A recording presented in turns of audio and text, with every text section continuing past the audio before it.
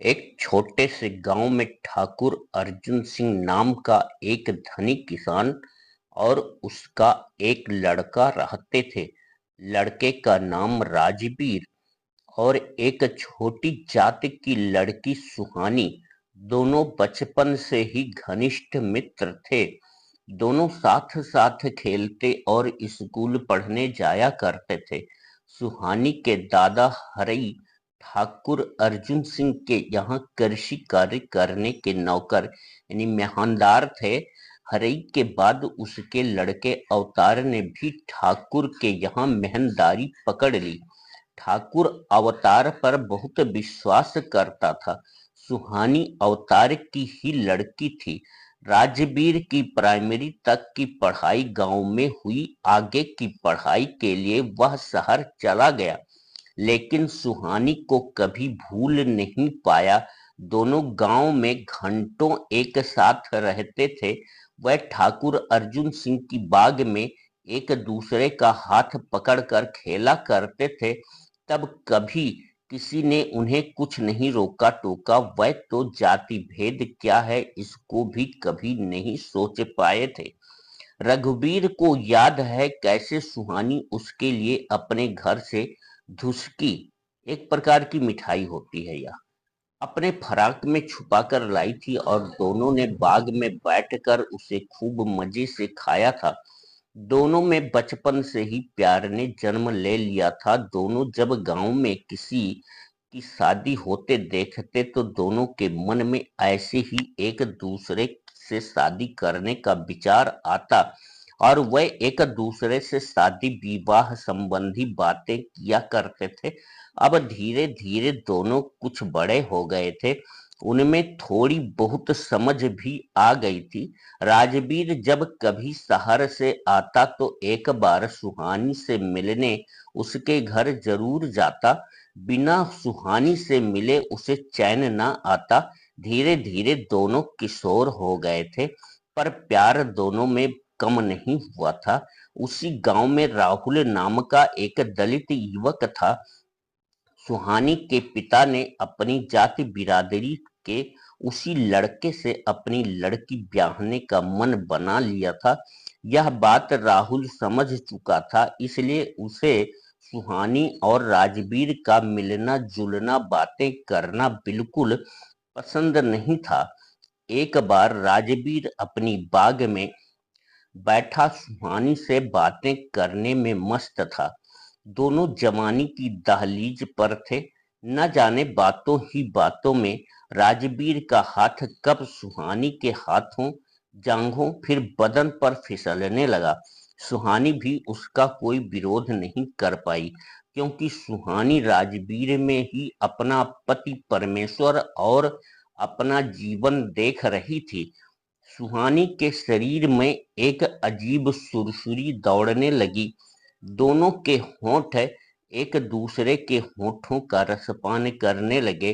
दोनों एक दूसरे के बहुत करीब आ गए और एक दूसरे के बाहु पास में बंध गए। दोनों के हाथ एक दूसरे की पीठ और जांघ पर फिसल रहे थे। अचानक बाग से उठकर दोनों चरी के खेत में पहुंच गए और वस्त्र विहीन होकर घंटों बाजरे यानी चरी के बिस्तर पर एक दूसरे से चिपट कर जवानी का रसपान करते हुए काम क्रीड़ा के में मग्न हो गए। जब दोनों खेत से निकल रहे थे तभी न जाने कहां से राहुल आ गया। राहुल ने सुहानी के पिता से शिकायत कर दिया। अवतार ने अपनी लड़की को प्रताड़ित किया और राजवीर से मिलने से मना कर दिया। गांव में काफी हो हल्ला हुआ, लेकिन बचपन की यारी जल्दी छूटती नहीं।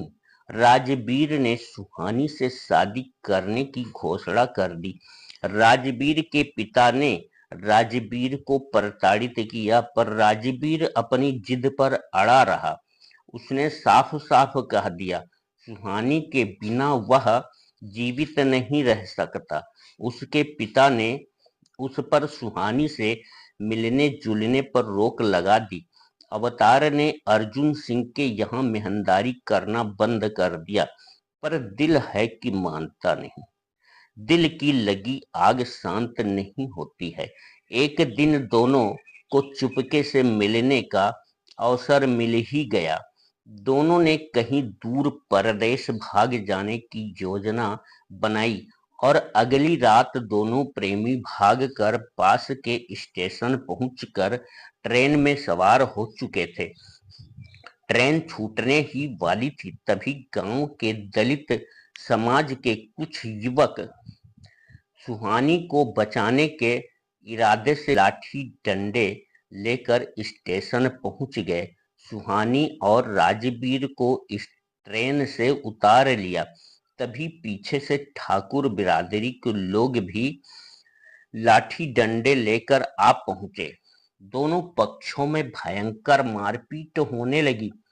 कुछ लोगों को गंभीर चोटें आईं। स्टेशन कर्मचारियों ने पुलिस को फोन कर दिया। तभी पुलिस आ गई और सबको गिरफ्तार कर ले गई।